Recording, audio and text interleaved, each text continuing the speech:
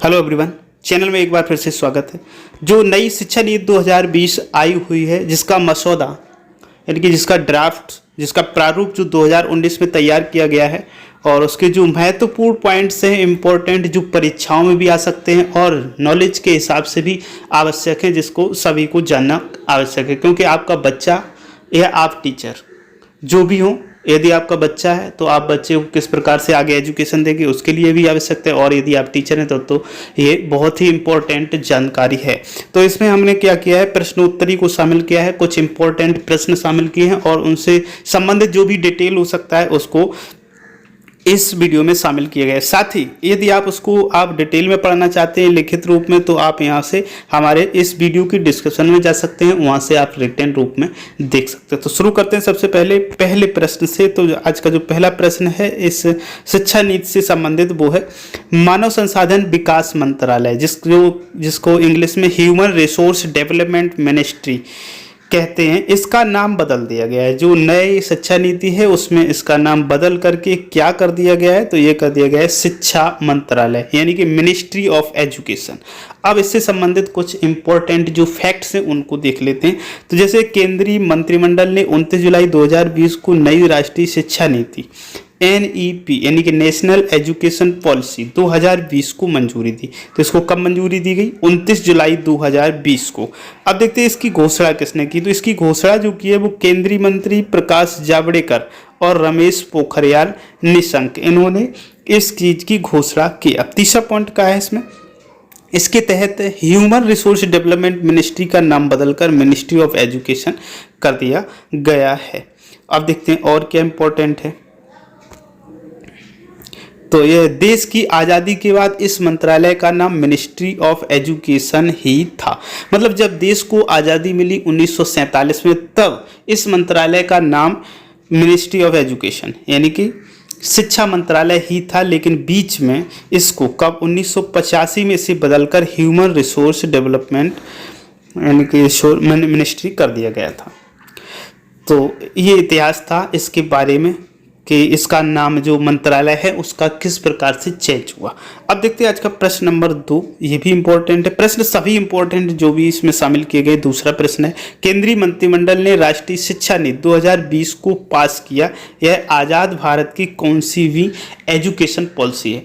तो ये आज़ाद भारत की तीसरी पॉलिसी है। इससे पहले 2 पॉलिसियाँ लाई जा सकती हैं, तो इनके बारे में देखते हैं। जो 2 पॉलिसी आई हैं इनमें क्या इंपॉर्टेंट रहा है। तो देश जब अपना आज़ाद हुआ उस समय भारत की जो इतिहास की तीसरी एजुकेशन पॉलिसी है, और पहली एजुकेशन पॉलिसी जो आई थी वो 1968 में आई थी। कब आई थी? 1968, 1968 में इंदिरा गांधी जिस समय गवर्नमेंट में थी यानी कि प्राइम मिनिस्टर थी। अब देखते हैं दूसरी एजुकेशन जो समिति है, पॉलिसी है, नीति है, वो कब आई? तो वो आई 1986 में। तो इसको याद करना भी बड़ा आसान है। पहली आई 1968 में, दूसरी आई 1986 में। तो ये जो है एक दूसरे के डिजिट चेंज कर दिया गया, इधर इधर कर दिया, इसको इधर कर दिया गया। तो इसके बाद 1992 में, कब? 1992 में इसमें कुछ सुधार किए गए।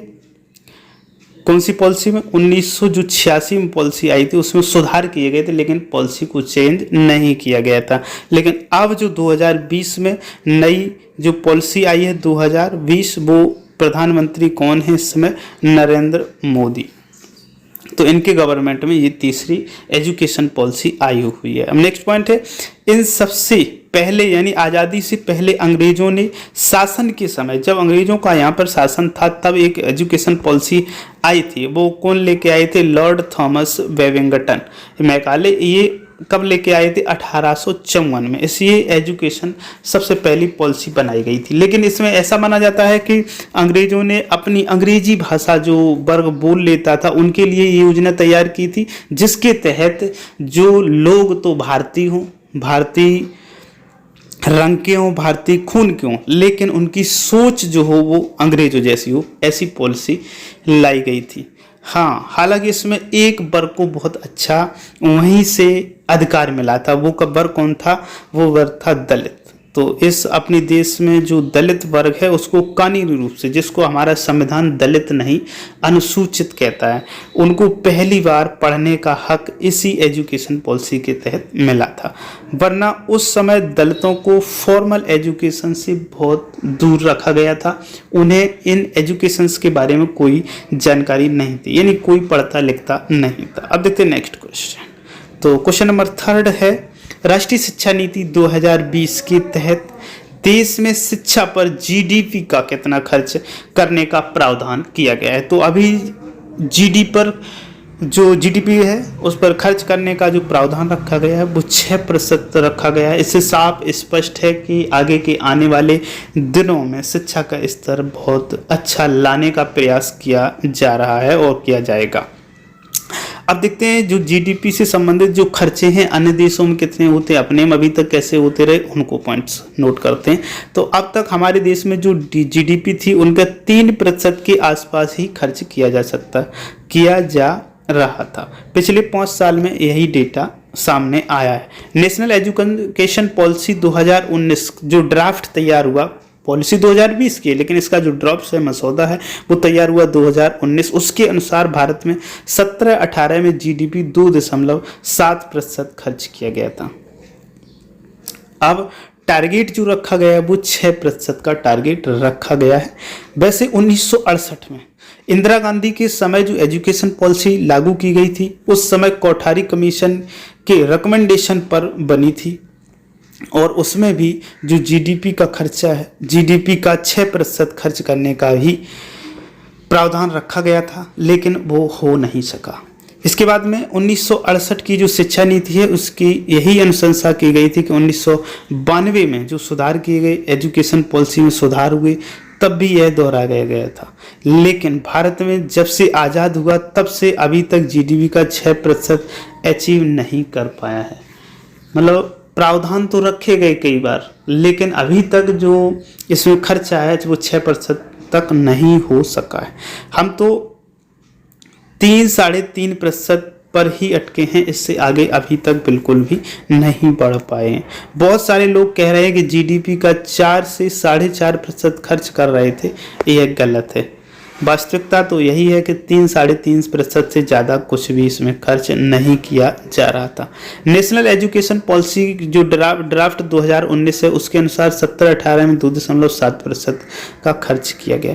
इकोनॉमिक सर्वे के अनुसार 17-18 के अनुसार टोटल सेंट्रल स्टेट गवर्नमेंट्स का टोटल गवर्नमेंटल एक्सपेंडिचर यानी कि सरकारी खर्च एजुकेशन पर कितना 10% है।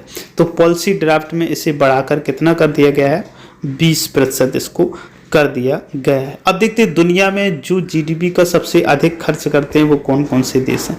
दुनिया के बहुत सारे देश ऐसे हैं जो एजुकेशन को हाई प्रायोरिटी रहती है, यानी कि एजुकेशन पर पूरा ज़्यादा से ज़्यादा उनका ध्यान रहता है, चाहे उसकी आबादी कुछ भी हो, इकोनॉमिक कंडीशन अच्छी हो या बुरी हो, लेकिन ये अपनी एजुकेशन पर बहुत खर्च करते हैं और उसको ध्यान देते हैं। तो देखते हैं टॉप मोस्ट जो देश हैं, 7.5% खर्च करने वाले जो देश हैं भूटान, जिम्बाब्वे और स्वीडन, ये 3 देश हैं जो 7.5% अपने जीडीपी का एजुकेशन पर खर्च करते हैं। और 7% की अगर बात करें तो कोस्टा रिका और फिनलैंड। फिनलैंड क्या है, फिनलैंड का जो एजुकेशन सिस्टम है वो दुनिया का सबसे बेस्ट एजुकेशन सिस्टम माना जाता है। तो यहाँ पर जीडीपी का 7% खर्च किया जाता है।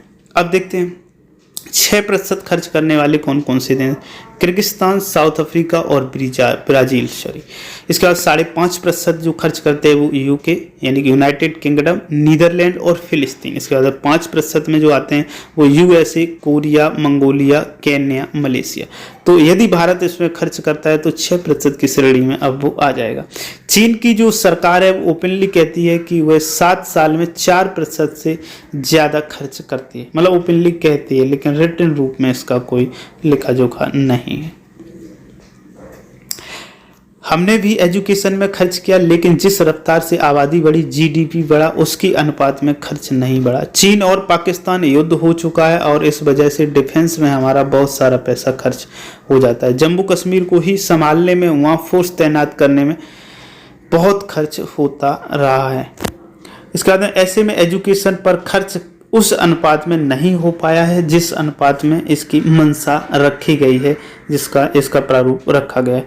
दुनिया की रैंकिंग में हमारे स्कूल और कॉलेज यूनिवर्सिटी टॉप 50 में मुश्किल से आ पाते हैं, तो अब ज़रूरत है जीडीपी का 6% खर्च करने की। तो ये तो आगे देखते हैं क्या होता है। और देखते हैं क्या पॉइंट है। देश की बजट का एजुकेशन पर खर्च 10% से बढ़ाकर 20% करने का ऐलान किया गया है। क्या जीडीपी का 6% खर्च करना पॉसिबल है, ये तो आगे बताएगा समय। नेशनल एजुकेशन पॉलिसी 2020 को मंजूरी मिली है। इसका जो ड्राफ्ट है वो 2019 में तैयार किया गया है। ये सभी प्रश्न इंपॉर्टेंट हैं, चाहे आप शिक्षक हो, चाहे आप शिक्षार्थी हो, चाहे आप टीचर हो, चाहे आप स्टूडेंट हो, दोनों के लिए इम्पोर्टेंट प्रश्न हैं। प्रश्न इसमें केवल 15 हैं, उनके आंसर हैं, लेकिन जो डिटेल है उससे आपको कम से कम 50 क्वेश्चन, 50 क्वेश्चन से कम नहीं बनते। अब नेक्स्ट इसमें कहा गया है कि 2030-32 तक भारत दुनिया का तीसरी सबसे बड़ी इकोनॉमी होगा।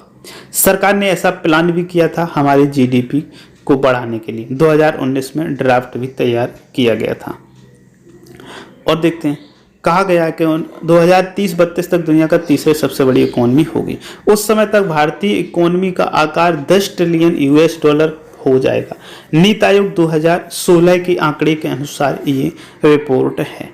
जो अभी जीडीपी 2.8 ट्रिलियन डॉलर है, अभी कितने 2.8, लेकिन 30-32 तक उम्मीद है कि 10 ट्रिलियन डॉलर हो जानी चाहिए। लेकिन हम जो हकीकत देख रहे हैं, कोविड-19 ने प्लान पर पानी फेर दिया। हालांकि एजुकेशन पॉलिसी के ड्राफ्ट में यह कहा गया था कि जब जीडीपी के अनुपात में टैक्स का अनुपात बढ़ेगा तो सरकार लंबी अवधि में 6% तक का खर्च कर सकती है। अब देखते हैं आज का नेक्स्ट चौथा प्रश्न। ये भी इम्पोर्टेंट प्रश्न है। तो जो चौथा प्रश्न है वो राष्ट्रीय शिक्षा नीति 2020 के अनुसार 5वीं कक्षा तक स्कूली शिक्षा की जो भाषा है उसका माध्यम क्या होगा। तो जो 5वीं कक्षा तक की जो भाषा है उसका माध्यम मातृभाषा होगा और साथ ही क्षेत्रीय भाषा भी होगा। जो स्टूडेंट्स है उसकी मातृभाषा क्या है वो, और वहाँ की जो लोकल लैंग्वेज है उसमें ही कक्षा 5 तक की पढ़ाई करने का प्रावधान रखा गया है। इसमें कहा गया है कि सभी विद्यार्थी पर कोई भी भाषा नहीं थोपी जाएगी। कोई भी विद्यार्थी वो स्टूडेंट्स उस पर भाषा ऊपर से नहीं थोपी जाएगी। वो जिस लैंग्वेज को समझता है अच्छे से, जिस क्षेत्रीय भाषा को समझता है, उसी में वो अपनी पढ़ाई को कक्षा 5 तक करेगा। अब देखते हैं, ये बहुत इंपॉर्टेंट पॉइंट है। 5 नंबर, राष्ट्रीय शिक्षा नीति 2020 में 10+2 फॉर्मेट को खत्म करने की कौन सी व्यवस्था लागू की गई। अभी तक जो देश में जो व्यवस्था लागू थी एजुकेशन की वो 10+2 थी, लेकिन अब इस व्यवस्था को चेंज करके 5+3+3+4 कर दिया गया है। तो चलो इसको समझते हैं ये क्या है। तो सबसे पहले देखो, 12वीं या इंटर तक की जो शिक्षा है उसको अब 10+2 फॉर्मेट कहा जाता था। जो पहले, यानी कि अब जो नई शिक्षा नीति लागू होगी इससे पहले 10+2 यानी कि 12वीं या इंटर की शिक्षा को कहा जाता। अब जो होगा वो 10+2 को 5+3+3+4 फॉर्मेट में ढाला गया है, यानी कि 12 तक की एजुकेशन को इस प्रकार से डिवाइड किया गया है। अब देखते हैं नेक्स्ट 5। अब जो 5 नंबर है पहला, उसको देखते हैं किस प्रकार से डिफाइन किया गया। इंपॉर्टेंट पॉइंट्स हैं, इनको जो इन्हें डिफाइन किया गया उनको समझना आवश्यक है। तो 5 को किस प्रकार से डिफाइन किया है देखते हैं। स्कूल के पहले 5 साल में प्री प्राइमरी स्कूल, नर्सरी के 3 साल और क्लास 1 और 2, मतलब नर्सरी के 3 साल और क्लास 1 और 2 सहित फाउंडेशन स्टेज शामिल होंगे। इसे अर्ली चाइल्डहुड केयर एजुकेशन कहा जाएगा। इसमें जो एज होगी वो 3 से 8 साल तक की होगी, यानी कि बच्चा आपका कक्षा 3 में जब उसकी एज 3 वर्ष होगी तब वो प्री प्राइमरी, नर्सरी जिसे कहते हैं, या आंगनवाड़ी कह सकते हैं, इसको मजबूत किया जाएगा। इसी को ज़्यादातर प्राइमरी स्कूल बनाया जाए, प्री प्राइमरी स्कूल बनाया जाएगा। तो इसमें क्या 3 से उसकी एंट्री होगी कक्षा, और उसके बाद में 3 साल यहाँ तक रहेगा, तो तब बच्चा होगा आपका 6 वर्ष का। 6 वर्ष का जब होगा तब इसका एडमिशन करवाया जाएगा कक्षा 1 में। अब जो 3 है अगले 5 की व्यवस्था तो यही थी। अब 3 की व्यवस्था क्या है। 3 से 5, कक्षा 3 से जो 5 की तैयारी के चरण में विभाजित किया गया, 8 साल से जो 11 साल तक का होगा, तो वो कक्षा 3, 4, 5। और अगला जो 3 है, अगला 3 वो आपका 6, 7, 8 है, जो उम्र है 11 से 14 साल। उसके बाद में जो 4 है माध्यमिक अवस्था है, इसमें क्या होगा, कक्षा 9, 10, 11, 12 इनको शामिल किया गया। तो इस प्रकार से इनका बंटवारा किया गया। इसको बहुत ही जो 5 है इसको समझना बहुत आवश्यक है, क्योंकि ये थोड़ी कन्फ्यूजन पैदा करता है। अब देखते हैं नेक्स्ट ये है कि बुनियादी साक्षरता संख्यात्मक ज्ञान पर एक राष्ट्रीय मिशन स्थापित की जाएगी और क्लास 3, 5, 8 के लिए नेशन ओपन स्कूल और स्टेट ओपन स्कूल के माध्यम से ओपन लर्निंग भी करवाई जाएगी।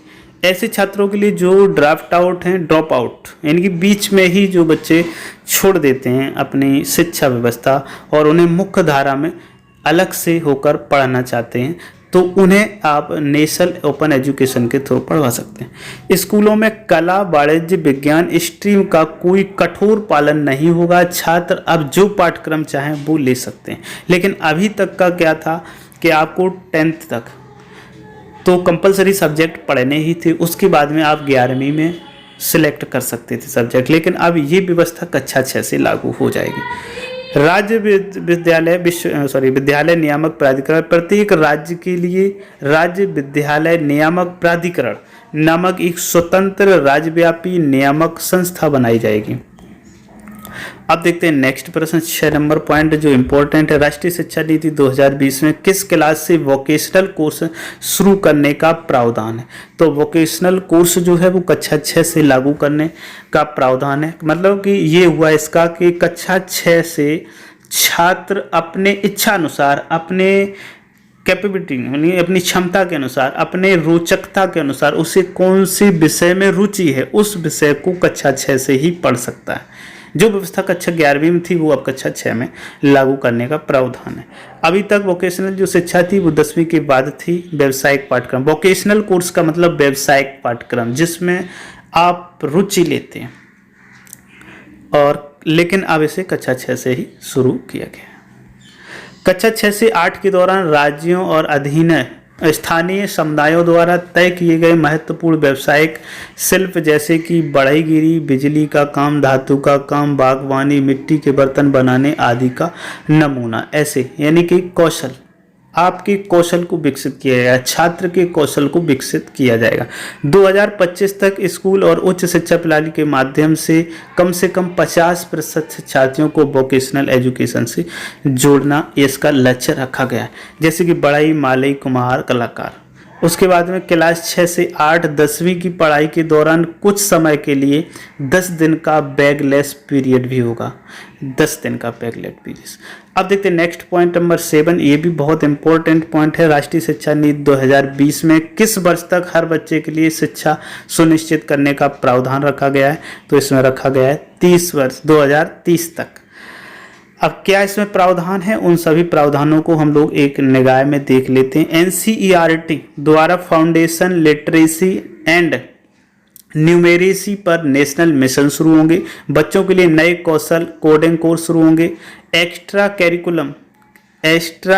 कैरिकुलर एक्टिविटीज मेन कैरिकुलम में शामिल किए जाएंगे और पढ़ाई नई नेशनल कैरिकुलम फ्रेमवर्क तैयार किया जाएगा। जो बोर्ड एग्जाम होंगे वो 2 भागों में डिवाइड किए जाएंगे। रिपोर्ट कार्ड में लाइफ स्किल शामिल की जाएगी। जो रिपोर्ट कार्ड बनाए जाते हैं रिजल्ट के लिए, मार्कशीट्स बनते हैं, उनमें लाइफ स्किल्स भी शामिल की जाएगी। अब देखते हैं हायर एजुकेशन के लिए इसमें क्या व्यवस्था की गई है। तो देखते हैं 8 नंबर पॉइंट है हायर एजुकेशन। राष्ट्रीय शिक्षा नीति 2020 में मेडिकल और लॉ एजुकेशन को छोड़कर अन्य उच्च शिक्षा के लिए कौन सा आयोग बनाने की बात की गई? तो जो राष्ट्रीय शिक्षा नीति में मेडिकल और लॉ इनको छोड़ करके जो उच्च शिक्षा के लिए आयोग है वो भारतीय उच्चतर शिक्षा आयोग बनाने की घोषणा की गई। और भारतीय उच्चतर शिक्षा आयोग, इसका फुल फॉर्म है HECI, national higher education commission. इसकी 4 स्वतंत्र इकाइयाँ होंगी। कितनी होंगी? 4 स्वतंत्र इकाइयाँ होंगी। तो वो कौन कौन सी 4 होंगी? पहली, national higher education regulatory council, एआई एजुकेशन के लिए रेगुलेशन बनाएगी। दूसरी है जनरल एजुकेशन काउंसिल, एआई मानक निर्धारण करेगी, स्टैंडर्ड सेटिंग करेगी। उसके बाद हायर एजुकेशन ग्रांट्स काउंसिल, एआई फंडिंग का काम करेगी। और नेशनल एक्रेडिएशन काउंसिल, एआई पहले से है जो एजुकेशनल संस्थाओं की ग्रेडिंग तय करती है। और उच्च शिक्षा में संस्कृत को बढ़ावा दिया जाएगा। अब उच्च शिक्षा में संस्कृत को बढ़ावा दिया जाएगा। अब देखते हैं नेक्स्ट पॉइंट नंबर 9, ये भी इंपॉर्टेंट है।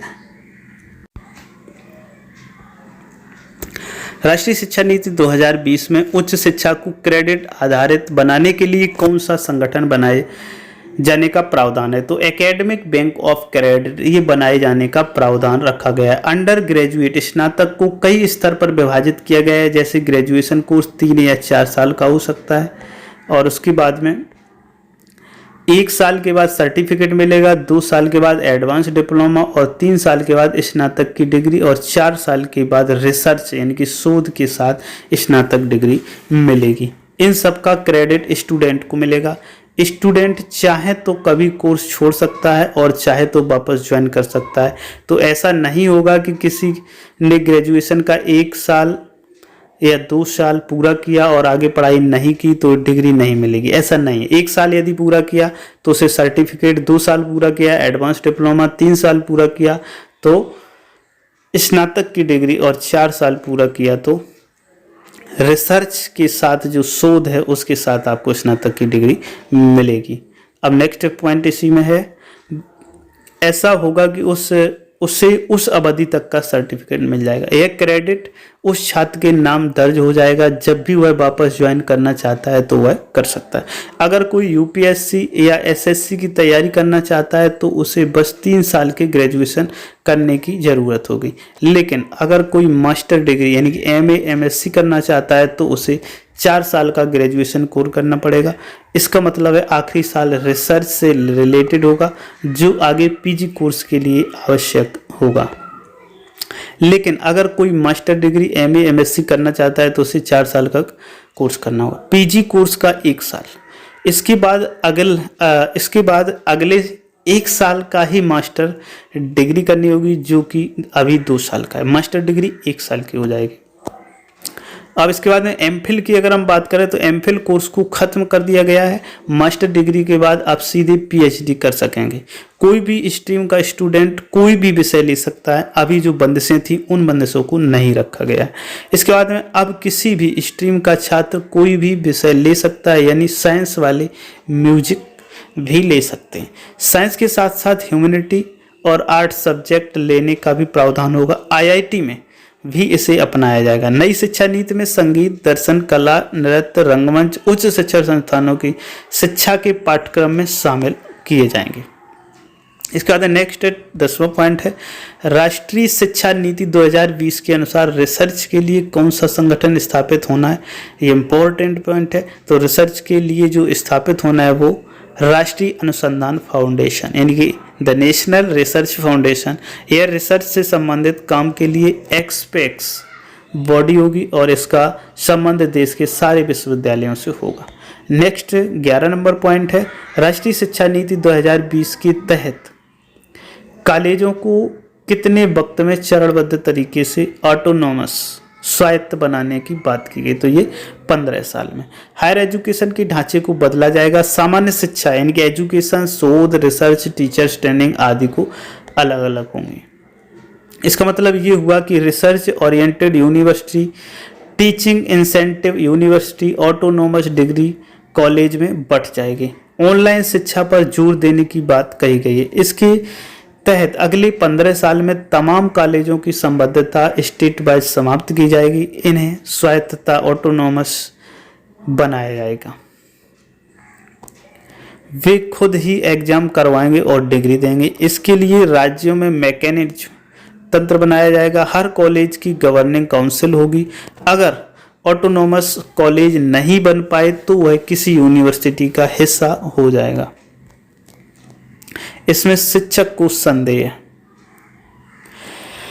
Federation of central university teachers association के अध्यक्ष आदित्य नारायण मिश्रा कहते हैं कि ऑटोनॉमस बनाने के नाम पूरी तरह नई शिक्षा नीति निजीकरण का दूसरा नाम है।